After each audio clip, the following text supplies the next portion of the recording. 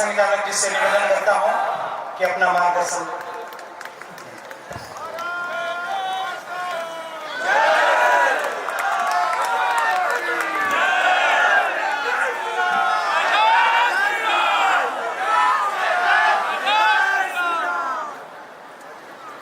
मंच पर उपस्थित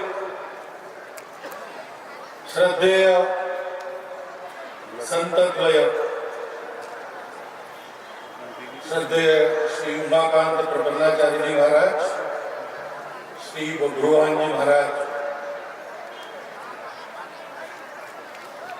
कल्याण आश्रम के अखिल भारतीय अध्यक्ष आदरणीय रामचंद्र खराडी जी,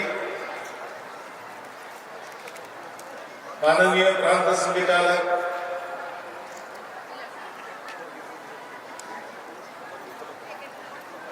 आदरणीय रणजीत सिंह जी, आदरणीय प्रबल प्रताप जी,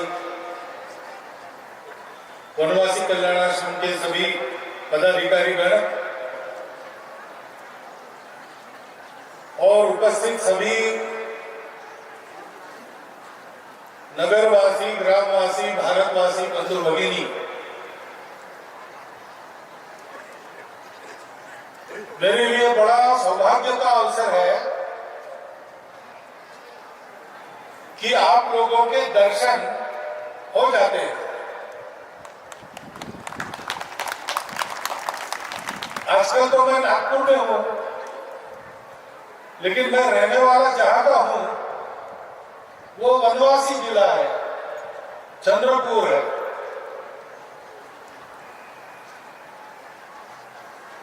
और बचपन में तो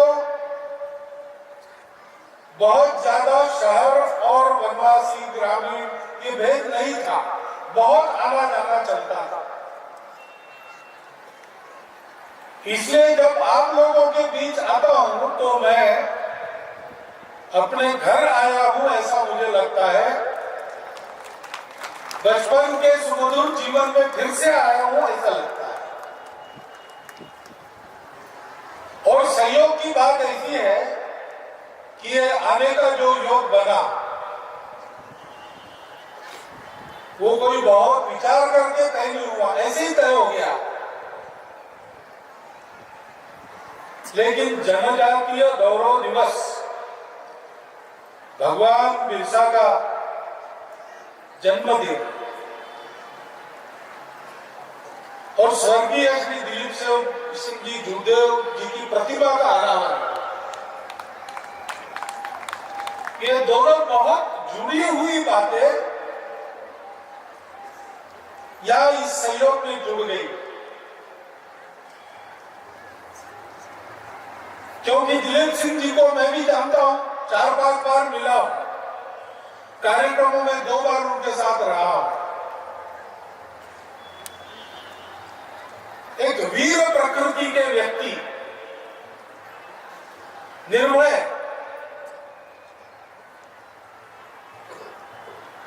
और ज्ञान, संपत्ति, सत्ता सब कुछ होने के बाद भी अतिशय विनम्र रहने वाले, ये होने के बाद भी मन का अपनेपन जो नहीं भूले और जनजातीय समाज के गौरव के लिए जो सदा खड़े रहे, ऐसा मैंने उनको देखा। इस काम को वो बड़ा पवित्र मानते थे। जीवन में जो कुछ बने वो उसका उपयोग इसके लिए किया उन्होंने। लेकिन मैं जानता हूं कि ऐसा कुछ नहीं बनते तो भी वो इसके लिए परिश्रम करते रहते, क्योंकि अपने देश, धर्म, संस्कृति और देशवासियों के प्रति उनके मन में बहुत प्रेम था। हम सबको अब प्रेम स्मरण है। भगवान बिरसा मुंडा को भी इसी प्रेम ने प्रेरित किया हम सब लोगों के लिए संघर्ष करने, क्योंकि ये जो गौरव है, आपका गौरव, जनजातीय गौरव, ये गौरव क्या है?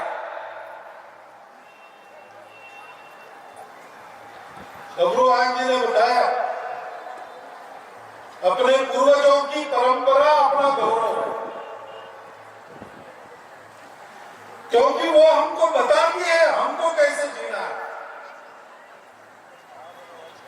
वो हमको एक विरासत देती है, वीरता की, पवित्रता की, आत्मीयता की। जीवन के संघर्ष में हम लड़ सकते हैं ऐसी हिम्मत देती है। गौरव अपना स्वधर्म है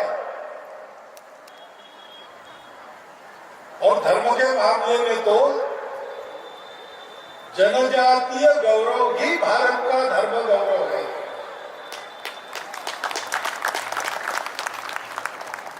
क्योंकि ये भारत का धर्म कहां से आया?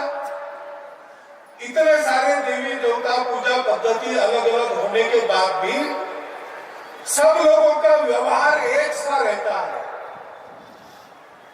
परहित सरिस धर्म नहीं भाई, पर पीड़ा सब नहीं अदमाई, ऐसा कहते हैं। ये धर्म आया कहां से? ये धर्म खेतों में और जंगलों में से उपजा है। भारत के सभी धर्म भारत को यहाँ के कृषकों ने और वनवासियों ने दिए हैं। उस धर्म का गौरव, जनजातीय धर्म गौरव, जनजातीय लोगों का गौरव, ये इसीलिए भारत का गौरव। तपश्चर्या की बात गुरुवार जी ने आपको बताई। वो धर्म के 4 पैर में से एक पैर है। आप जिस प्रकार सत्य के पीछे चलते हैं, जनजातीय समाज की प्रसिद्धि है, वहां झूठ नहीं होता, वहां अप्रामाणिकता नहीं होती। हमारे ग्रामीण इलाके में और हमारे जंगलों में कोई रास्ता भटक नहीं जाए, जब तक उसको मनुष्य और गांव जंगल में मिलते रहेंगे, वो भूखा नहीं रहेगा, प्यासा नहीं रहेगा। आज भी अनुभव आता है वहां जाने वाले लोगों को, वहां घूमने वाले लोगों को। ये करुणा कहां से आई? वो भी धर्म का एक अंग है। किसने दी? इसी जनजातीय समाज ने दी। हमारा धर्म सब में पवित्रता देखता है, क्योंकि वो स्वयं का अंतःकरण पवित्र है। वो नदी, नाले, पेड़ पौधे, पशु पक्षी सब में भगवान को देखता है, और इसलिए वो पर्यावरण का मित्र है, प्रेमी है, पर्यावरण का विकास करता है, अपनी उन्नति के लिए पर्यावरण को खराब नहीं करता। ये किसने सिखाया? सदैव जंगलों में पर्यावरण के साथ रहने वाले, पर्यावरण में अनेक बातों को देवी देवता मानने वाले हमारे जनजातीय बंधु ही। वो जनजातीय धर्म केवल जनजाति का नहीं, संपूर्ण भारत का गौरव है। और इसलिए प्रत्येक भारतवासी ने जनजातीय समाज की सुरक्षा, उनके गौरव की रक्षा, उनके गौरव की वृद्धि, इसके लिए उनके साथ खड़ा होना चाहिए, जैसे दिलीप सिंह जूदेव जी खड़े रहते रहे। उनके जीवन से यह संदेश हमको लेना है और हमको इस गौरव से समझना है। एक बार इस गौरव को समझ गए, सब कुछ अपने आप ठीक हो जाएगा। इस गौरव को हम समझे, उसके आधार पर एक होकर खड़े रहे, सत्य के लिए, देश के लिए, धर्म, संस्कृति, समाज के लिए। हमारे पास एक गौरव है, उसकी सारी दुनिया को जरूर है। उसके लिए भारतवर्ष को इस गौरव को धारण करके खड़ा होना है। उस गौरव का परिचय हम करें, हम उसे न भूलें, हम अपने स्वभाव संस्कारों को न भूलें, हम अपने रीति रिवाजों को, अपने देवी देवताओं को, अपने पूर्वजों को, उनके पराक्रम को न भूलें, क्योंकि भूल जाएंगे तो बड़े बड़े पराक्रमी भी निठल्ले हो जाते हैं। सीता जी को खोजने गए वानर वीर, दक्षिण में गए हनुमान जी थे, जांबवान जी थे, अंगद थे, नल नील थे, एक से एक वीर थे, लेकिन समुद्र तक सीता जी मिली नहीं। अब समुद्र में आगे क्या है? कुछ नहीं। कौन जाएगा, कौन देखेगा? और वापिस भी नहीं जा सकते। काम बताया है, काम पूरा किए बिना कैसे वापिस जाएंगे? उन्होंने तो सोचा नहीं जाएंगे, यही बैठेंगे, अनशन करेंगे, राम नाम लेते लेते मर जाएंगे। बैठ गए, राम नाम का जप करने लगे, राम की कथा बताने लगे। तो वहां संपाति नाम के एक गिद्ध थे, उनके पंख जल गए, क्योंकि संपाति और उनके छोटे भाई जटायु बचपन में उन्होंने सोचा, पराक्रमी लोग थे, बड़ी कल्पना करते थे, उनको लगा सूरज तक जाएंगे उड़ते उड़ते, और दोनों सूरज की तरफ गए। लेकिन सूरज का ताप महाभयंकर होता है, हम इतना तो पृथ्वी पर है, हमको भी सहन नहीं होता। वो जैसे ही पास गए, जलने लगे। तो जटायु अपने छोटे भाई को बचाने के लिए संपाति ने अपने पंखों का घेरा उसके इर्द गिर्द कर दिया, उसको अपने आगोश में लिया। तो संपाति के पंख जल गए, जटायु संपाति दोनों गिर गए। जटायु गिरते गिरते पंख थे इसलिए उड़ गया, दूर चला गया। संपाति वहां सागर किनारे दक्षिण में गिर गया। अब बिना पंख का गिद्ध, उसको खाने को क्या मिलेगा? बहुत कठिन स्थिति थी। उन्होंने देखा कि यहाँ कुछ वानर बैठे हैं और खा कुछ नहीं रहे हैं, तो मरेंगे, मरेंगे तो मैं उनको खाऊंगा तो मेरी भूख शांत हो जाएगी। इसलिए उनके पास चले गए, मरने की राह उनके देखने के लिए। पास गए तो राम की कथा सुनी, उसमें जटायु का नाम सुना। तो जटायु का नाम सुना तो गए उनके पास, बोले आप जटायु का क्यों नाम ले रहे हैं?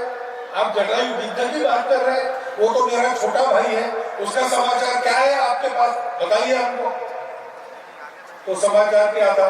समाचार यही था कि सीता जी को बचाते समय रावण से युद्ध करते करते जटायु को वीरगति प्राप्त हो गई, शहीद हो गए, हुतात्मा हो गए। वानर वीरों ने बताया तो कुछ शोक वगैरह जो करना किया, श्राद्ध किया जटायु का, और फिर वानर को कहा, हनुमान जी अंगद सबको कहा संपाति ने कि आपने मेरे भाई की खबर दी, मैं उसका श्राद्ध कर सका, इसलिए अब आपका कोई काम बताओ जो मैं कर सकूं। उड़ तो मैं नहीं सकता, लेकिन मेरी नजर कहीं भी जा सकती है, बड़ी तेज नजर है। तो जांबवान ने कहा कि देखो भाई, हम सीता जी को खोजने निकले और यहाँ तक आए, मिली नहीं। एक रावण नाम का राक्षस उनको अपने विमान में बिठाकर ले गया, इसी दिशा में गया है, वो आगे कहीं गया हो तो कहाँ है बताओ। तो संपाति ने अपनी नजर सागर पार गड़ाकर बताया कि है, उस रावण की लंका है 100 योजन दूर, उस लंका की राजधानी है, उस राजधानी के पास एक अशोक वन है, वहां एक शीशम के वृक्ष के नीचे वो बैठी है सीता जी, मैं देख रहा हूं। तो पता चल गया सीता जी का, सबको आनंद हो गया। लेकिन अच्छे कार्यकर्ता कहीं सुनी तो विश्वास नहीं करते। उन्होंने कहा संपाति ने देखा, लेकिन हमने तो नहीं देखा, तो देखने जाना पड़ेगा 100 योजन, कौन जाएगा? अंगद ने कहा मैं जाता हूं। सबने कहा नहीं, तुम राजकुमार हो, राजा को आगे करके लड़ाई नहीं करते, लड़ने वाले आगे जाते हैं, राजा को पीछे रखते, तो तुम नहीं जाओगे। जामवंत ने कहा मैं जा सकता था, लेकिन अब मैं बूढ़ा हो गया, मेरा विश्वास नहीं। नल ने कहा मैं जा सकता हूं, लेकिन फिर वापस आने की ताकत नहीं रही। नील ने कहा मैं जा सकता हूं, लेकिन बीच में एक घाट चाहिए। अब समुद्र में कहा घाट बना, तो सब लोग खोजने लगे हनुमान जी को। हनुमान जी मुंडी नीचे करके एक पेड़ के नीचे बैठे। तो जांबवान जी ने कहा अरे भाई, राम का काम है, तुम क्यों वैसे बैठो? हनुमान जी ने कहा मैं क्या कर सकता हूं, आप बहुत सीनियर लोग हो, सब एक से एक, आप नहीं कर सकते तो मैं क्या कर सकता हूं? तो जाममोहन जी को ध्यान में आया कि ये तो अपने आप को भूल गया, इसको अपना गौरव पता नहीं। तो जाममोहन जी ने हनुमान जी को उन्हीं की कथा सुना कि कैसे तुम बचपन में ताकतवर थे, जन्मते ही तुमको लगा आसमान में कोई फल है, सेब है, सूर्य को देखा तुमने और तुम चल पड़े सूर्य की ओर, उसको पकड़ के निगलने लगे, सूर्य डर गया, चिल्लाने लगा, तो सेनाएं आई देवों की, लड़ाई हुई, सबको तुमने मार के पकड़ा, तो इंद्र ने अपना वज्र चलाया, तुम बेहोश होकर धरती पर गिर गए, तो तुम्हारे पिताजी वायुदेव वो गुस्सा हो गए, उन्होंने चलना बंद कर दिया, तो सबकी हवा टाइट हो गई, हवा बंद हो गई, तो सब गए वायुदेव को प्रसन्न करने के लिए, उन्होंने तुमको फिर से होश में लाया और सब देवों ने अपनी अपनी शक्ति तुमको दे दी, तो तुम नहीं कर सकते ऐसा कोई काम नहीं। इस शक्ति के कारण थोड़ा उपद्रव करते थे, इसलिए ऋषियों ने तुमको कहा कि जब तक राम का काम नहीं आता तुम इसको भूल जाओ, इसलिए तुम भूल गए, अब राम का काम आया है, जागो।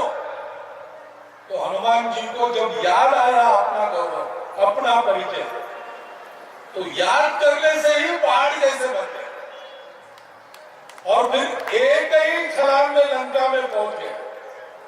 रास्ते में मेनाक को नीचे बिठा दिया, सुरमा के जबड़े में से निकल आए, सीता को मार दिया, लंकिनी को बांध दिया,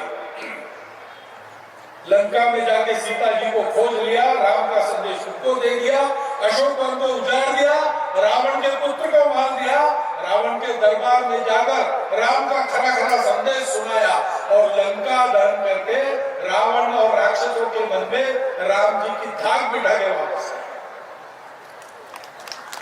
हमारा भी गौरव है और जनजातीय गौरव हमारे गौरव का मूल है। जनजातीय जीवन पद्धति हमारी भारतीय जीवन पद्धति का मूल है। जनजातीय सारे रीति रिवाज हमारे हरेक रीति रिवाजों के मूल है। भारतवर्ष का मूल कृषि और वनों में है, वहां से उपजी हुई यह संस्कृति है, उस संस्कृति की दुनिया को आवश्यकता है। यह भगवान का काम है, भगवान का काम उपस्थित हुआ है। अब हमको जागना है, अपने गौरव का स्मरण करना है, उस गौरव पर पक्का रहना है। अपने देश, धर्म, संस्कृति, समाज, इसका गौरव मन में रखकर उन पर पक्का रखना है, पक्का रहना है। वो अपना मूल है, उससे कटना नहीं है। हमको हमारे भोलेपन का लाभ लेकर ठगने वाले दुनिया में भले ही होंगे, लेकिन हम मजबूत हैं तो क्या बात। एक खरगोश था जंगल में, सो रहा था साग के पेड़ के नीचे। दोपहर की बात, पास में एक ताड़ का पेड़ था, तो ताड़ का पेड़ उसके पत्ते सूखे होते, खड़कते नीचे जाके आवाज होती है, ऐसा एक सूखा पत्ता खड़का, आवाज हो गई, खरगोश हड़बड़ा के जागा, डर से भागा, झुरमुट में छुप के देखता तो क्या हुआ, एक पत्ता चढ़ा। उसको बड़ी दया हुई, ग्लानि भी हुई। उसने भगवान को कहा, भगवान क्या तुमने मुझे बताया, इतना छोटा नाजुक बनाया, सूखा पत्ता खड़का तो भी मेरी नींद उखड़ जाती है, अरे कम से कम मुझे हाथी जैसा मोटा तो बनाता, मैं किसी को नहीं डरता। तो भगवान सबकी सुनता है, उसकी भी सुन रहा था। भगवान ने कह दिया तथास्तु, तो बन गया हाथी जितना मोटा, बड़ा आनंद हो गया, अब किसी को डरने की आवश्यकता नहीं, चलो नहा लेंगे। गया पोखर के, पोखर के तीर पर मेंढक थे, उन्होंने देखा ये कौन सा नया है भाई, दिखता तो खरगोश जैसा लेकिन है तो हाथी जितना। वो भागने लगे तो उसने पुकारा, रे डरो मत, डरो मत, मैं वही खरगोश रोज वाला, मैं हाथी जितना बन गया हूं, तुमको कुछ नहीं करूंगा। उनका अच्छा, लेकिन तुम हमको कुछ नहीं करेंगे, लेकिन पानी में मत जाओ, वहां एक मगरमच्छ है, वो पानी में तो हाथी को भी भारी है, तो तुमको खा लेगा। तो डर के मारे वापस आया उल्टे पैर, अपनी जगह जाकर रोने लगा, भगवान क्या फायदा इतना बड़ा शरीर दिया, वो मगरमच्छ कम से कम उसकी जैसी ताकत और काटे तो देता। भगवान ने फिर कहा तथास्तु, मोटी मोटी खाल उस पर काटे, आगे ताकत भी आ गई, उसको लगा चलो अच्छा हो गया, अब किसी से डरने की जरूरत नहीं। बाहर आया तो शेर की गर्जना सुनाई दी, शेर की आवाज सुनाई दी, स्वभाव से तो खरगोशी था, दुबक गया, फिर से रोने लगा, हे भगवान कम से कम उसके जैसी आवाज तो देता, किसी का आवाज से डरने की। भगवान ने तथास्तु कह दिया, आवाज भी आ गई शेर जैसी। फिर निकला तो देखा कि जंगल के सारे जानवर भाग रहे, हिरण भाग रहे, सियार भाग रहे, बंदर भाग रहे। अरे क्यों भाग रहे हो, कहाँ जा रहे हो? तो बचना है तो तुम भी भागो, हाथियों का झुंड आ रहा है, रास्ते में जो कुछ है उससे रोन रहा है, बच नहीं पाओगे, बीच में आ जाओगे।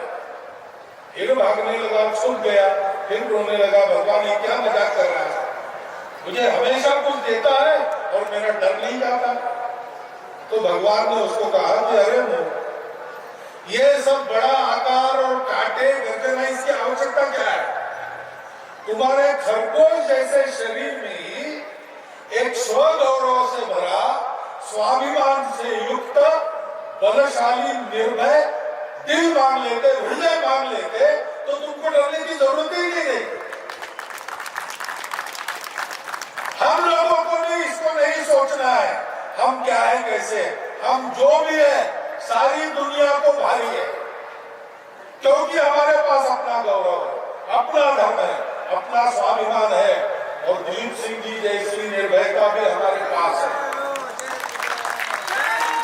दिलीप सिंह जी और बिरसा मुंडा जैसे आदर्श हमारे पास है, उन्होंने हमको बताया है जीना कैसे, हम वैसा जिएंगे और अपना स्थान दुनिया में प्राप्त कर लेंगे। मुझे लगता है कि मुझे ये जो सहयोग मिला है, मैंने भाषण तो आपको दिया, लेकिन ये केवल आपके लिए नहीं है, ये मेरे लिए भी है। मैंने इतनी बड़ी संख्या में अपनी पारंपरिक वेशभूषा में, अपने पारंपरिक नृत्य करते हुए आपको देखा। क्या स्वर्गीय दिलीप सिंह जी उदय जी का स्मरण हुआ, क्या भगवान बिरसा की प्रतिमा पर मैंने माल्यार्पण किया, तो ये सारी बातें मेरे मन में आई, और जो मुझे उससे लगा, उसका जो निष्कर्ष मुझे मिला, वो मैंने आपके चिंतन के लिए आपके सामने रख दिया है। उसका विचार करें, और आप विचार करेंगे तो ठीक ही करेंगे, उस विचार के अनुसार अपने लोगों के साथ, अपने नेताओं के पीछे, अपने धर्म, संस्कृति, समाज और अपने देश के लिए हम सब लोग स्वाभिमानी, निर्भय होकर चलते रहे, इतना एक अनुरोध आपके सामने रखता हूँ, और आपको फिर से कृतज्ञता पूर्वक नमस्कार करके मेरे 4 शब्द समाप्त करता हूं।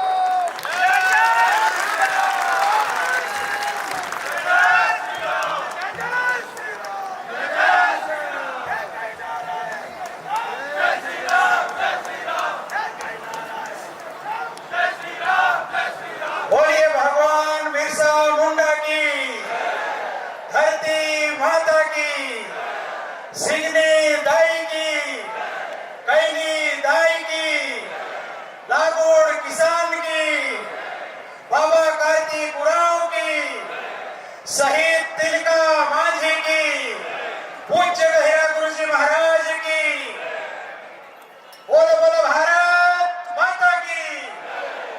धर्म की रक्षा कौन करेगा? हम करेंगे, हम करेंगे। संस्कृति की रक्षा कौन करेगा? हम करेंगे, हम करेंगे। परंपरा की रक्षा कौन करेगा? गांव की रक्षा कौन करेगा? बोलिए शहीद दिगंबर